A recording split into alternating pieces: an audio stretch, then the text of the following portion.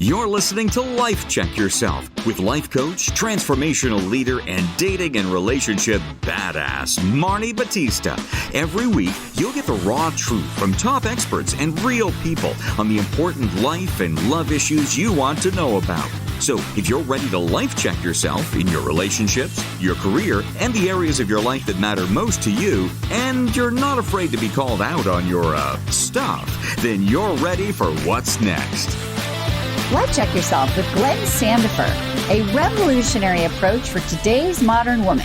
How to define your type so you can be picky in a good way.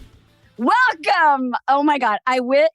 This podcast, ladies, is going to be amazing, but we just had the whole best conversation.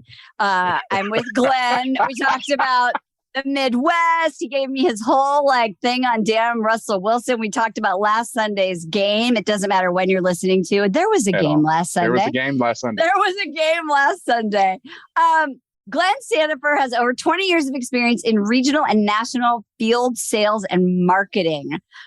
While building his career as a professional, he learned that success in the workplace is often at odds with intimate relationships. Oh, ladies, there's those of you who dated someone at work. And I know that has special meaning for you. He understands how busy people can enjoy their work, but often fail to build or maintain healthy personal connections outside of office hours. He's also written about how the demanding business world affects romantic relationships. He's got a book, The Middle Ground, How to Get Great Dating Outcomes in a Modern World. Oh, my Lanta. First of all, I just have to say, if we just talk, because I'm just going to go with that to start.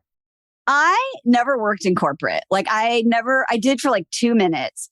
And I work with a lot of successful women of all ages. And I am still naive about how many workplace romances get out of hand.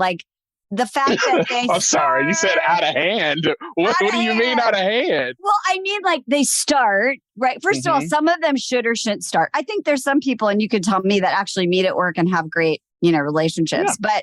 But it doesn't go well. And then it impacts their ability to focus on work or be on the same team or have to avoid that person or, watching that person and what they're doing. And I've just coached a lot of ladies who have to they can't fire themselves. They don't want to. That other person isn't going anywhere. And how they sort of stay grounded and let go of that and then ultimately move on. And I think, is that just a whole niche out there that I don't even know exists?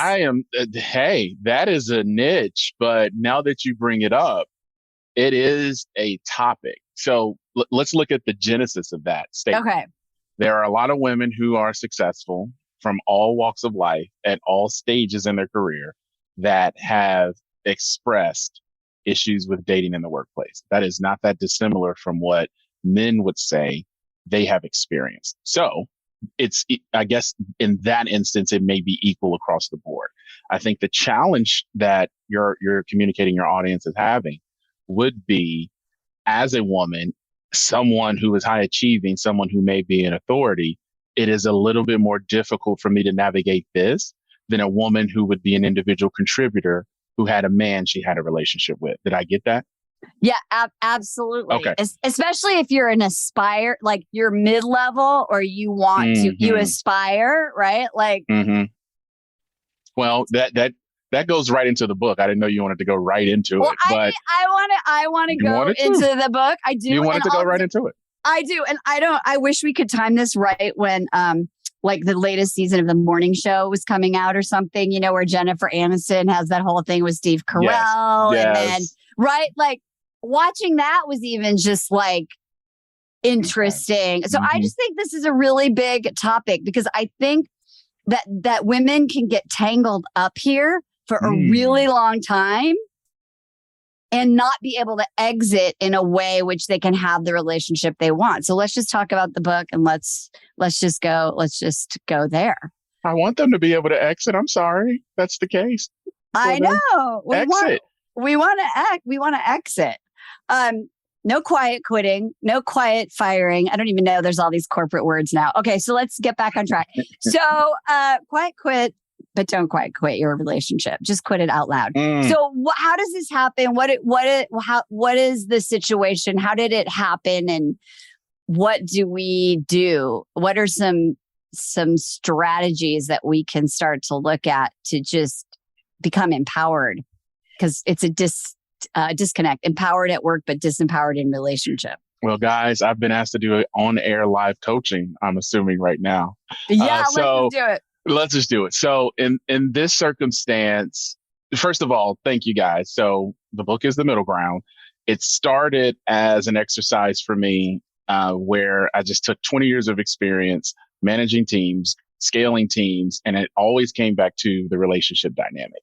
I'm having success here. I'm not getting the success that I want at home. I'm not getting the success that I want in my dating outcomes. And I found that there were some common themes. The book talks about a couple of things. It's 2 parts. This book is the first part. And the first part of that talks about what is the middle ground and how do we get here.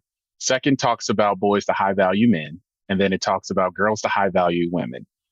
That is the book that has, right or wrong, been the point of contention or discussion or topic of conversation in most on most podcasts or in most circles, which is great. But part 2, which will be released in 2023, does talk about what I have called it is the hope. So after we go through everything, it talks about how we reach the middle ground. It talks about once we reach the middle ground, what do we want out of the relationship? What are we willing to give our partner? And then the call to action that goes through it. So we can talk about that for hours, but it sounds like this will be a lot more fun for the audience. So let's play. I don't like hypotheticals, but I've been asked to do a bunch of hypotheticals. So let's say she is an attorney. Let me give you a real life example. You give me the real life example, I guess. Okay, let's see. I have so many. Okay. I have a client. She's a consultant. She's what does that mean? Like in a consulting firm. Oh, she works for a consulting firm. Yeah. Okay. Yeah. A consulting firm. And has started dating someone in another team, another department. And gets it in a pseudo sort of relationship. But this guy is, not interested in anything serious. So he just sort of strings her along when he wants or needs it. And she is in her mindset, how could I get this guy to actually be in a relationship? Like, what's wrong with me? Right. Okay. So that's the situation that she was stuck in, I think, for like a couple of years. Oh, no. Yeah. No, you can't. You can't. I talk about in the book. So she's a consultant. She is a modern woman. She's a professional woman. She's a high earning woman. Yep. That woman needs a specific type of man.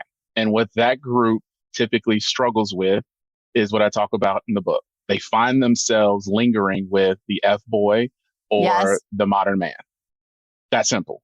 So define that as you define it. Because I mean, F-boy, I will let them in the comments just start doing equal signs and ats. They will say who the F-boys are. No, but why is the F-boy the modern man? No, the F-boy or the modern man. Oh, I was like, oh God, tragedy is upon us. I mean, maybe that's a topic. I mean, but no, the F-boy is the one that has the best chemistry, the best look.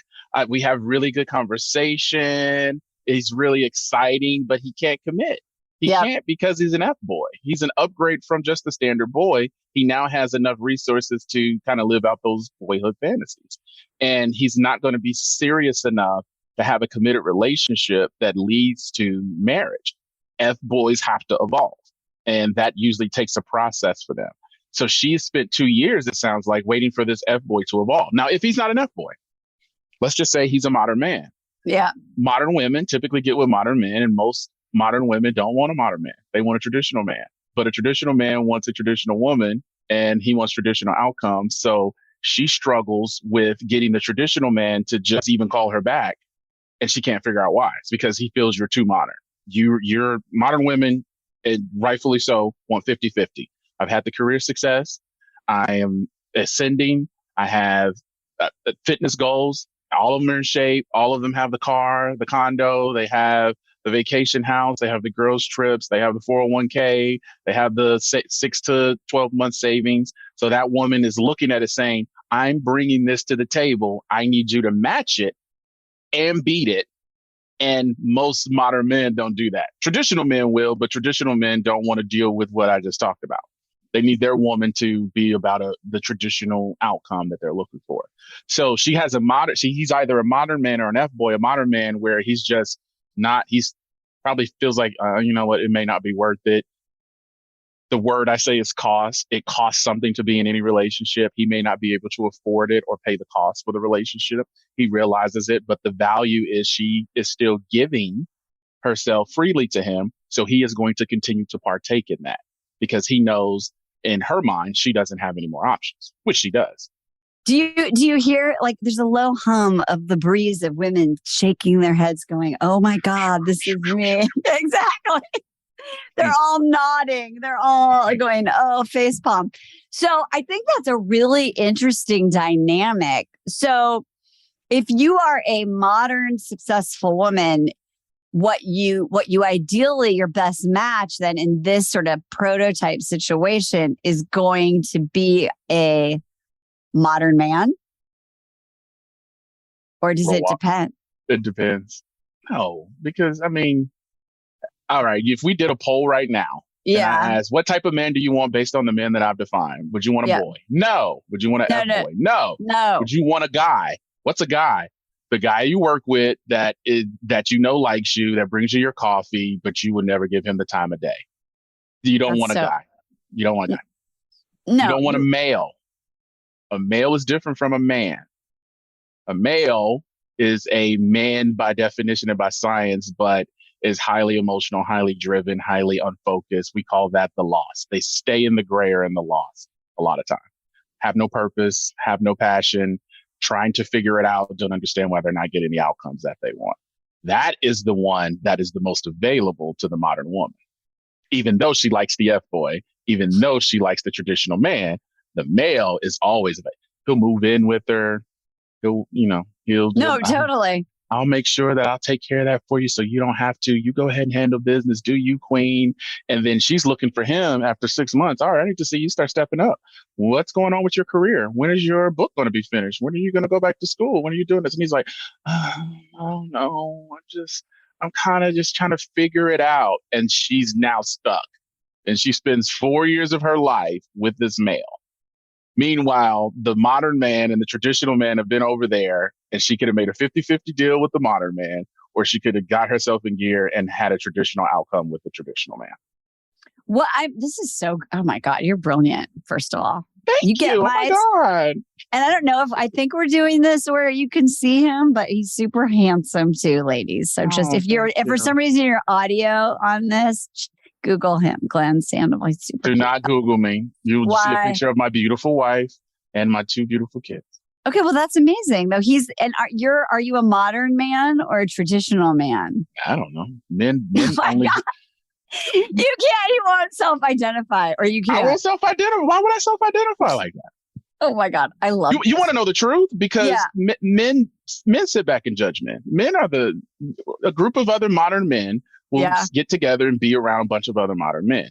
High value men will be about high value men and go out and find the Henrys, the high earners, not rich yet, and then bring them up to high value status because they are of value to the group. Wait, Henry, high earner, not rich yet. So that's like and that can be at all stages of life. Yeah, high earner, not rich yet.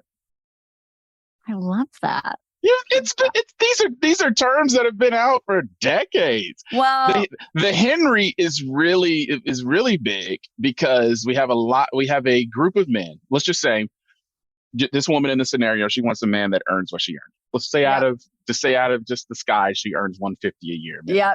So if she earns $150 minimum a year, in order for her to feel good about being traditional, he needs to earn $300. Yep. Who earns $300 at this? I'm assuming she's 30 to 50. Yep. She's not a guy 33 is not going to be of interest to her because he's still kind of figuring it out. And the older men that are kind of at her age range, she kind of likes. But she doesn't want to go older. She doesn't want to go 58 if she's 38. Where's she No, gonna she go? doesn't. No, she wants a guy. She wants the F boy to mature and get into the earning status. Get yourself together. Go get your business together. Go get your license so we can go ahead and do this thing. Is that what the audience is doing? Is that what they're Oh my spending? God. Wait, do you not happen to watch the Bachelor franchise, do you, with your wife? Yes, we've watched Did it. you? Okay. Do you watch Bachelor in Paradise? No. All right. Because so last night, this was amazing. So Last there night. was a high value woman. I think she's one of the only ones who's like literally sane.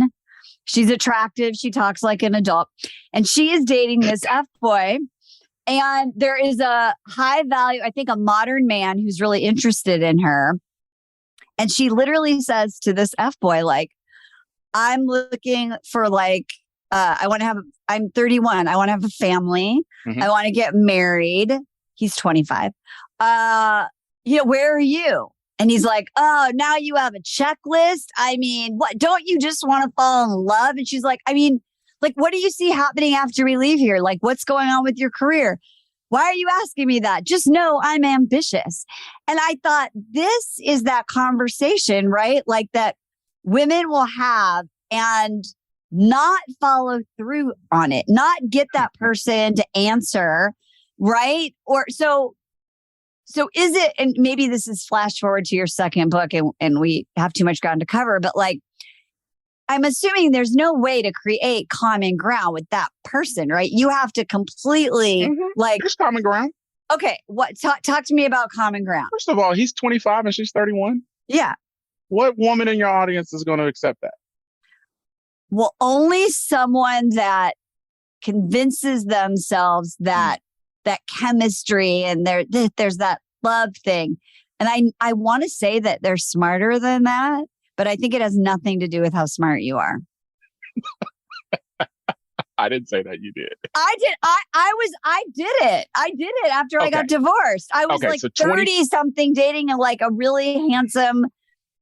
Was he even Which a is Henry? what men do. I don't even And in know. fairness, equality, this is what men do. Men at 30 go with 21-year-olds. So equality, there's your equality play. No, I am not proud of it. It was like such a bad move. The reason I'm copying to it is because I want to say that like the smartest of women put up with the dumbest of shit. That's true. Right? That's true. So it's like, how do you get out of it? You know, how do you either find common ground? The middle with that ground of that is leaving. There's no common ground there. There's no common ground. There's no common ground. You got to go. What I believe, I believe the best relationship outcomes have a leader and a helper. And when I say leader and a helper, what I have found most people do is they immediately think, well, the man's the leader and the woman's the helper. Okay, that may be the best situation for you or the best situation in general, but there are things that in my relationship, my wife leads on and she is leading. There have been seasons where she's had the hot hand that I talk about, and we go with the hot hand for her.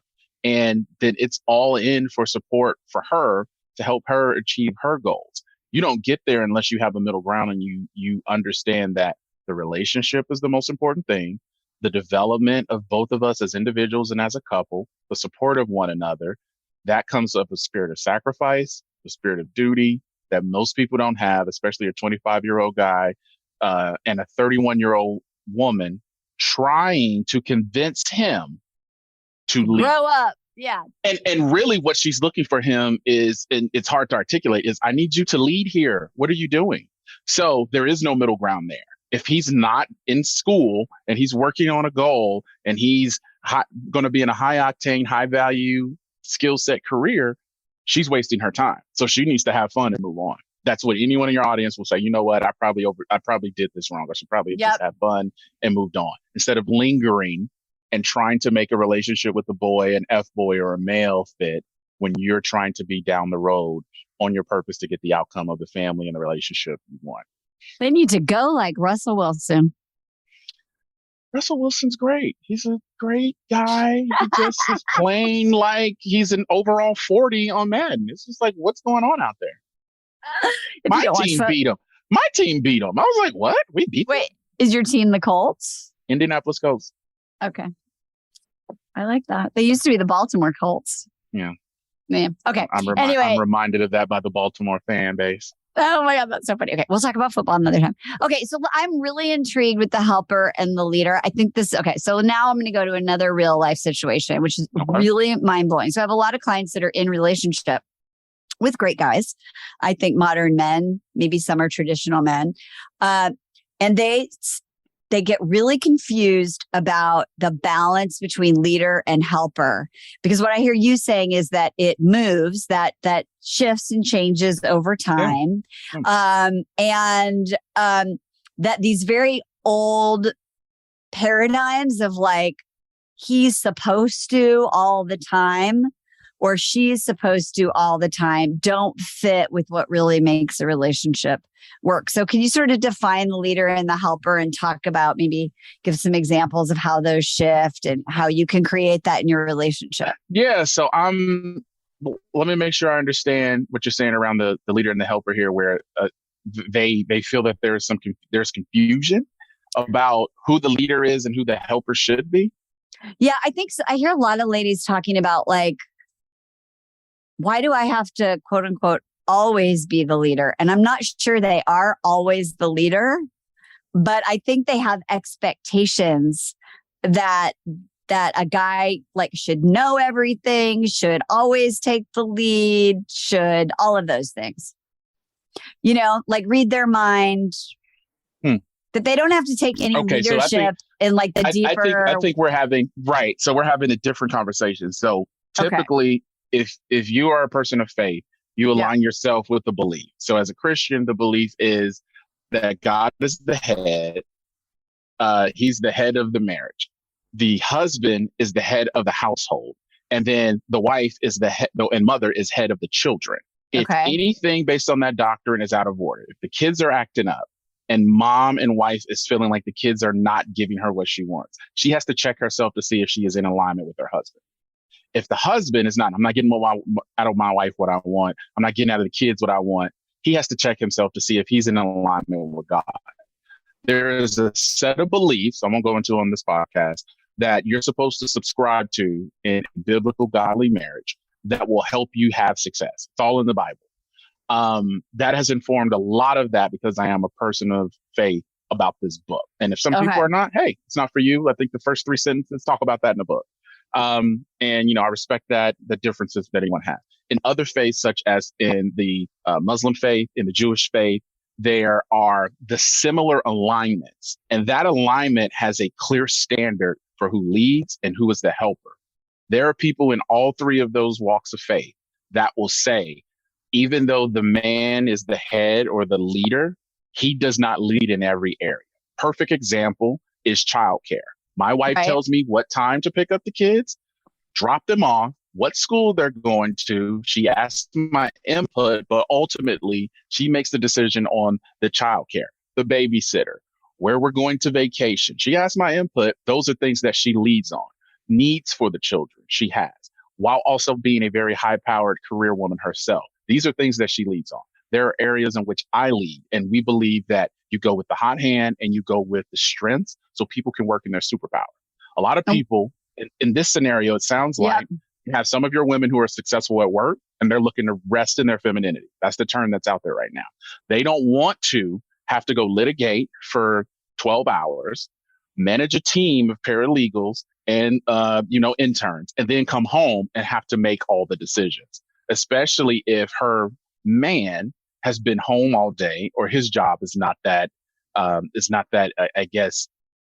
intense would be the right word. Yeah. And that could have a seasonality component, because if she's a doctor she's working in her residency and she's moving or she's doing surgeries and has 6 surgeries in the morning, then she has to make rounds at the hospital. Then she goes to see new patients. That's a very long day. Her man is probably going to take care of the food, pick up the kids, walk the dog on those days, and then they flip it. And that is the middle ground. We are not there anymore as, in the Western world. It's got to be my way 100% of the time. And I'm not going to make any changes. If not, I'm just not going to deal with it. I'm not going to deal with women. I'm not going to deal with men. If I'm going to deal with him, he has to be, audience, you can say it with me, 6 feet, 6 figures, 6 pack, Love his mama, not a mama's boy. Love the Lord, but not too churchy.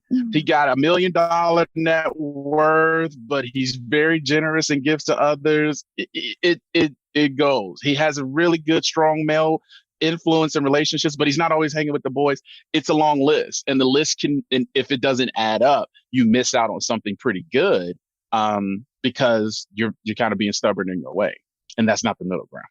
Yeah, I love this middle ground. And I think this is what you keep saying this word. And I think it's really, I want to highlight it, is this whole idea of like, there's a season, right? And to be in a long-term, sustainable, committed relationship, you kind of have to have the long view, right? Yes. I mean, you have to say like, and I like also that this is very intentional. So this book gives there's some language around it, around like, where are we now and what could it look like in the future? And are these conversations like that you think women should have with men, and like say like, we're in this season. What's it look like when you do this or I do that? Do you think that's how you keep? Well, number one, and I think your audience will honestly agree with this. They're not going to say it. They want the man to lead in these conversations. They want to sit down. They want to have their glass of wine, and you're watching The Bachelor. He's going to be like, hey, there's something I want to talk to you about. Okay, what's going on? What's wrong? Hey, I really want to kind of talk to you a little bit about where I believe we are right now. I believe in where we kind of are in our relationship. We're progressing towards engagement and marriage. Do you agree? Well, yeah. And then she sits up, you sit up straight, and you're like, okay, all right. And then he goes through, all right, so I'm kind of in the season in my profession. That I'm an architect and I just landed that big new stadium deal, and things are really going to get intense with me. So I may not be as available to you as I have been, but since we know that we're moving towards that, don't think that this means checking out of the relationship. Does that make sense to you? Yeah, that makes sense to me. What do you need from me? Now, the next 2-3 years on the stadium project, she knows that he's not going to be as available as he was in the beginning of the relationship, but it's a season. The stadium's going to get open. Who's going to be right there that has supported him the whole way? It's going to be her. And they've had a conversation and they have consistent dialogue. Now, let's take the same scenario with your client or your audience. Yeah. And now the stadium's closed. She wants to go back to school. Hey, I really want to go ahead and get my master's. There's this great opportunity and opening that's going to come from my boss in a couple of years. She told me that I had to go ahead and get my master's. What do you think about that? I think we should go ahead and do it. Right now, we're not married, but we're progressing towards an engagement, blah, blah, blah. They may have been engaged. They may put off the wedding for a year or two to pay for school. And then he's supporting her through that, because school as a working adult is very hard. It is a huge milestone and it's a huge undertaking. So now they have the history of supporting him through his big deal for the architecture. They had the honeymoon interest phase. Yeah. Architecture deal, stadium's open. She now has her master's degree. She now has her promotion. They've had 2 big milestones that they've achieved with each other in this short 6-year period. And when we say it's like, 6 years is too long, they probably could have, they can get married there. Right. Start having a family there. There's nothing from a family planning standpoint. You just have to have a dialogue about it. And so I believe with that scenario, everyone that's in your audience just set up and was like, yeah, I wish he would do that and sit and talk to me about it. I would love to be supportive in his dream. I would love to be there for him and help him out with this. I would love for him to support me and feel like I have that encouragement. I think what's interesting also is I'm thinking of like the listeners who are like older, right? So they're like in their 50s or their 60s or whatever it is, right? And so there's also seasonality, right? It's like, oh, my kids have little kids right now, so I want to be the grandma who's there. And that's cool. Like when they're like of this age, I want to be able to travel. I mean, there's still, it doesn't matter what stage of life you're in, you're still having these conversations. And the seasonality, I mean, that's a perfect example because I've seen that with people close to us where their dating relationships being 55 plus is really intentional. Hey, I'm going to be available on Thursday and Sunday. When my grandkids need me and my daughter says she needs me, I'm going to do that. No, you can't meet my grandkids yet. I'm not ready to introduce you. And you need to be okay with that. Or the man would say, hey, listen, I've had my career. I'm retired. I'm just starting this little small business. So Is it all right if I, come around on Tuesday? If I come around we have a date every Saturday. Are you okay with that? I'm going to travel and do my golf trip with my buddies. And she's going to say, well, yeah, I'm going to have my spa days with my girls. We do a spa every 6 months in Sarasota. So I believe the seasonality of that, what doesn't change is the need for the communication to reach the middle ground. You have to be very intentional about your communication. Anytime any of us have been in trouble in our relationship, we really find that the communication hasn't been authentic and clear. So can someone skip the first book and just go right to the middle ground? No. They got it. Okay, so the reason is because you have to know how we got here, and you have to know what type of man or woman you are and what type of man or woman you can best attract. Because when we talked about earlier, just the list, some people just have outrageous lists. Let's just call it what it is. You have a list, sure. and you don't qualify what I talk about with what you're asking for on the list on what you want a significant other to be. So you got to understand and call out where you are. The best thing that I've heard from men and women about the definitions of other men and women, you should be able to see it early. We don't. Social media lies, internet lies. So it's just like you can meet someone and in 3 months you'll talk to them and then you're just kind of like, something's off. And then after 2 or 3 thoughts, you say, oh, he's a male. No wonder I can't get what I want out of him. Or he's all good. This is great, but he won't really commit to me. Oh, okay. I see why he won't commit to me. You can then recognize your pattern, because everyone has a pattern. And then you can make the decision to stop it and pivot to something new. It's just like anyone who's had to have a career pivot, whether it's a discipline or a vertical for if you're in sales, you have to stop. You have to reinvest in new skills and new knowledge, and then you have to go put it into practice. And that's the second book. But the first book is all about identifying where you are and where the person that you want is versus what you keep attracting. So ladies, you better get this book soon because the new one's coming out. New one's coming out, and you won't know. You won't have the context of the first one. I know. When's the new one coming out? 2023. So 2023. We're targeting Q1. Looking at my calendar now. Q1 2023. All right. So y'all need to go get the middle ground. How to get great dating outcomes in a modern world. I'm intrigued. I'm gonna read this, study up on it, and then I have to have you back to talk about the middle ground. Yes, I would love to. The middle ground, if you just type in the middle ground Glenn Sandifer on the website, it'll go up to our website, the middle ground book. It'll take you to any of our social media platforms that we have, as well as on Amazon. It'll take you directly to the Kindle Unlimited, the Kindle download, the audio version, as well as the paperback version for part 1. I mean, I would just get the audio so we could have your voice in my ear. It's not my voice. It's a robot. I paid a robot to do it. Oh, damn. Well, then you're just going to have to listen to this podcast over and over. And find out where Mr. Glenn is so you can learn from him for the long term. I am so grateful that whatever our mutual admin universe landed us right here today. You are brilliant. Ladies, I mean so much. Rewind, share with your friends, and above all, life check yourself. We'll see you next time. Bye-bye. Hey, thanks for tuning into today's show. So if being in an intimate relationship in which you feel 100% seen, heard, and accepted by a high caliber man is a priority for you right now, and you're interested in seeing if you're a fit for working with me and my team at Dating with Dignity, here's what I want you to do. Just head over to DWD VIP. That's D as in dating, W, D as in dating, VIP.com, and book a call to speak with my team. We'll get on the phone with you for about 60 minutes and you'll get crystal clear on what's stopping you from finding true love right now.